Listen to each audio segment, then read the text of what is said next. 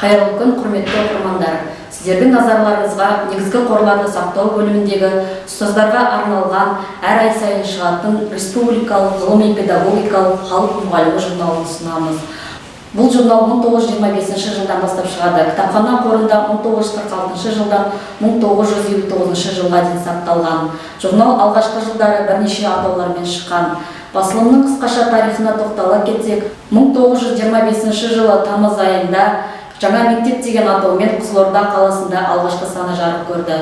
1933-1938 жылдары ауыл мұғалімі, 1939-1959 жылы халық мұғалімі, 1960 жылдан қазіргі күнге дейін Қазақстан мектебі деген атаумен аталады. Басылымның алғашқы бас редакторы журналист-педагог Молдағали Жолдыбаев. Журналдың негізгі мақсаты қазақ мектебіне, қазақ мұғалімдері мен оқушыларына әдістемелік көмекші құрал ретінде шыққан. Сол кездегі журналдың басты айдарларына педагогика, методика, тәлім-тәрбие бөлімі, мектеп тәжірибесі, тағы да басқа айдарлар берілген. Атап айтар болсақ, 1946 жылдың номер 9 санының педагогика методика айдарында Әуелбек Қоңыратбаевтың мектепте Абайдың мысал өлеңдерін оқыту методикасы берілген. Тәлім-тәрбие айдарында мектепке алғаш барған оқушыларды жазуға, жақсы әдетке, мәдениетті сөйлеуге, мектепке баланы қалай дайындау керек жайында жазылған.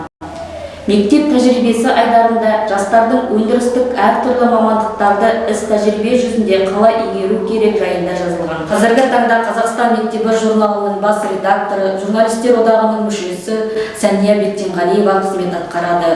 Бүгінгі күнде журнал үш тілде, яғни қазақ, орыс, ағылшын тілдерінде мақалалар жарық көреді. Басылымның негізгі тақырыптары елімізде білім беру жүйесін жақсарту жолында ұстаздарымыз жаңа оқу әдістемелері мен тәжірибелері туралы жазылған. Құрметті оқырмандар, ұстаздар қауымының сенімді серігіне айналған тағылымы мол тарихы терең журналды кітапханамызға келіп оқуларыңызға болады. Назарларыңызға рахмет.